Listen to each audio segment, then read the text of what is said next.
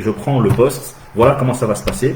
Et nous, on veut parler surtout de transition politique. On ne peut pas changer. En France, déjà, quand on travaille, on le sait tous, on a été travailleurs, quand notre patron change une virgule de notre contrat de travail, on n'est déjà pas content. C'est ça.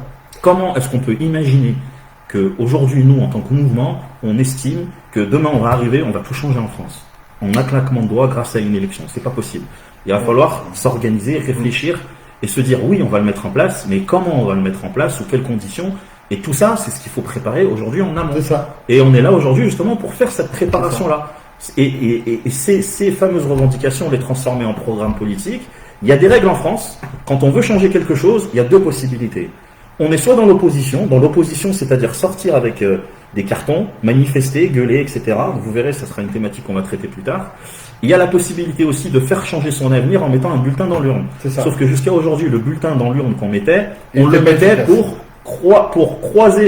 barrer la route, à une personne qui était détestable, ou alors barrer la route à un parti qui était justement détestable, etc. Mais jamais pour un programme où on se retrouvait tous.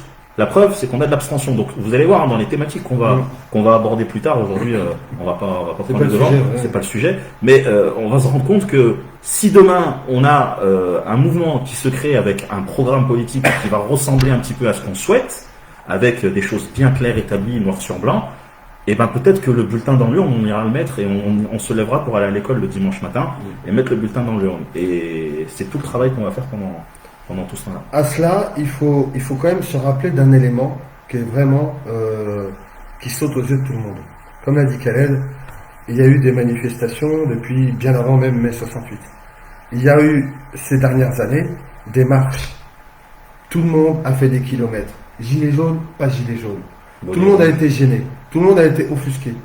Sauf qu'à un moment donné, il y a eu deux phases de gilets jaunes. Comme le disent les médias, il y a eu les gilets jaunes soutenus par les 90% des Français. Et il y a eu les gilets jaunes complètement largués, avec une image complètement détériorée, suite aux incidents qu'il y a eu, malheureusement, au niveau de ce qu'a été au niveau des agressions, de la casse, du racisme, l'antisémitisme, des actes violents qui ont été réalisés. Mais ça, Nadir, il faut savoir juste une chose, dans l'analyse de toutes les manifestations qui existent depuis des années, c'est un schéma qu'on retrouve de partout, comme je parle aussi. Il y a une manifestation, les gens trouvent ça super sympathique au début. Ouais. Les gens, quand ils trouvent justement qu'ils sont en train de marcher, ils se disent « Ah, on nous a trouvé sympa, on continue ». Ils continuent dans la même organisation. Du coup, l'État, il met en place son système, répressif, etc.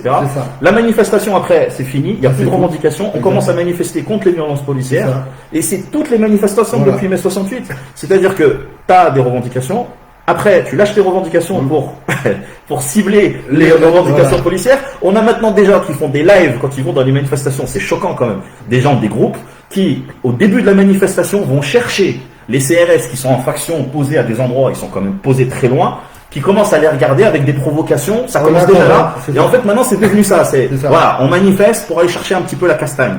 C'est parce que c'est pas l'idée de départ là-bas. Et du coup, ce que, à nous la parole, le mouvement, depuis le début, depuis la suite des 3 premières manifestations, l'objectif était déjà de dire mais structurons-nous. Et aujourd'hui, on est face à un problème de manque de représentativité. Un problème, c'est qu'il y a des gens qu'on voit, il y a des personnalités et des personnes qui ont accès à la communication, qui ne sont pas du tout représentatifs, ou peu, ou même mieux, qui nuisent des fois au mouvement. Sans forcément s'en rendre compte. Sans vraiment s'en rendre compte. Et qui ne s'en rendent pas compte, c'est qu'ils peuvent même mettre en danger, avec certaines revendications et certaines phrases et certains slogans, même mettre en danger les familles, les mamans, les enfants, les personnes âgées qui vont manifester parce qu'ils croient en ça. Sauf que, à un moment donné, on se confronte à quoi? À la République. On se confronte à la loi. Et la loi, on doit la respecter. Et en fait, pourquoi à nous la parole?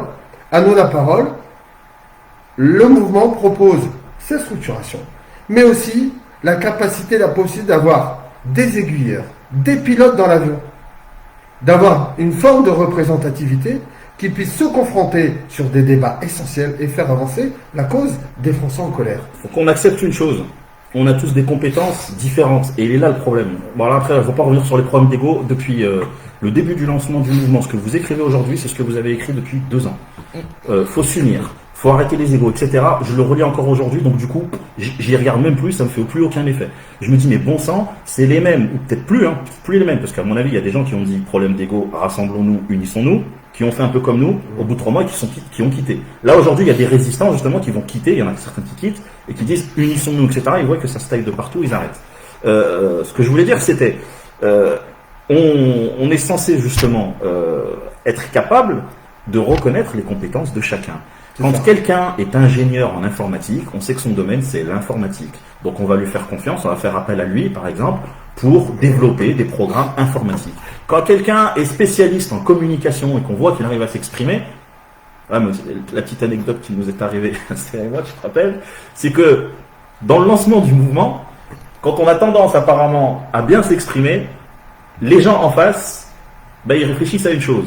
C'est soit des infiltrés de l'État, soit des syndiqués, soit ce mec, je l'ai déjà vu, il a déjà fait de la politique.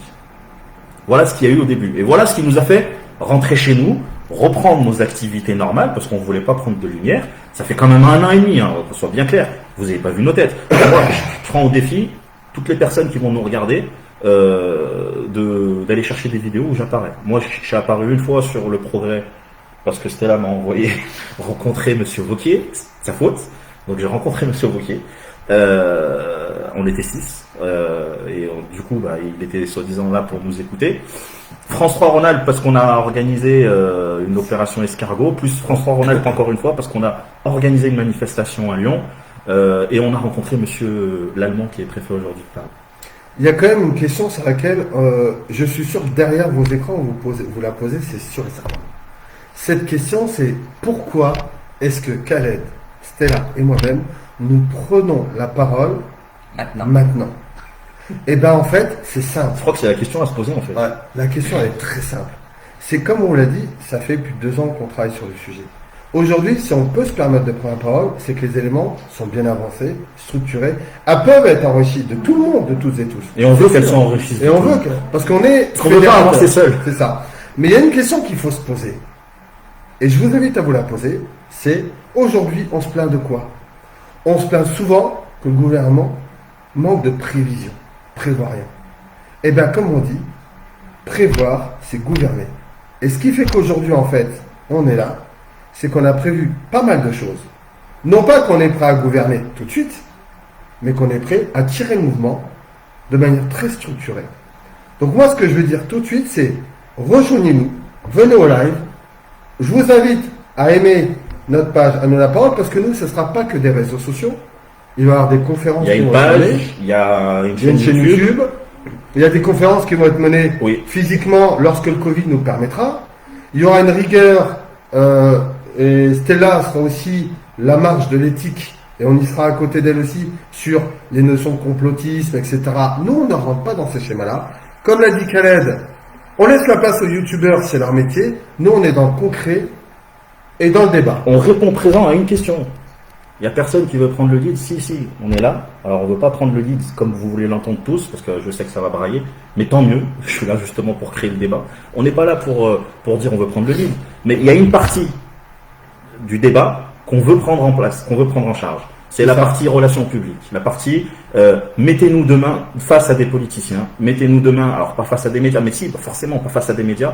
Alors si on voulait vraiment les médias, la question elle est simple, si on voulait vraiment les médias, et c'était là aussi, on a une liste de journalistes, on peut les contacter quand on veut, et je pense qu'on vous aurait vu nos têtes ailleurs depuis longtemps, mais l'idée c'est d'avoir déjà les idées, de rassembler un certain nombre de choses, parce qu'il y a encore plein de vidéos qui arrivent derrière pour vous montrer justement comment on veut structurer les choses et pour montrer que chacun a sa place, parce qu'il y a tellement de thématiques en France à gérer. Pour faire un programme, on est obligé de traiter la thématique sécuritaire, on est obligé de traiter la question de l'emploi, on est obligé de questionner, vous vous rappelez quand même de la baisse sur les transactions financières, la taxe sur les transactions financières et la baisse sur les produits les taxes de produits de première nécessité. Nous, on l'a gardé en tête et on veut justement emmener un groupe à réfléchir à ça pour savoir si c'est réellement faisable et comment on peut le faire et comment on peut le financer. Il y a des choses, justement, qui hier étaient de revendication, demain seront dans un programme politique qui peut-être ne sera pas mené par nous trois. Peut-être que parmi vous, il y a des gens qui vont se présenter et puis quand on va les entendre parler nous-mêmes, on va se dire attends, il s'exprime mieux que nous. Et à ce moment-là, on demandera à cette personne ou ces personnes de prendre les devants. Nous, par contre, là où on veut être sûr, c'est le fonctionnement. La garantie du fonctionnement du mouvement Nous à la parole. Parce qu'on est sûr de pouvoir bien aiguiller pendant un minimum là, au moins d'un an, un an et demi, aiguiller les choses au bon endroit. Et peut-être que dans un an, on sera essoufflé, fatigué et qu'on passera le relais. Et aujourd'hui, ce qui a fait mal au mouvement, c'est ce fameux passage de relais. C'est, vous vous imaginez sur une piste, 4 x 400 mètres, et vous avez des personnes aujourd'hui qui ont fait 8 tours, encore avec le relais, et qui vous regardent et vous disent non mais je peux encore. Non, le relais, tu dois le passer.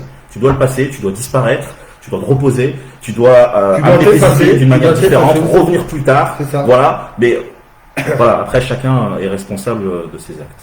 Voilà, donc c'est tout simplement aussi pourquoi très souvent je le dis maintenant, si quelqu'un est plus apte que moi, je le dis honnêtement, il y en a certains qui n'ont pas les capacités de dire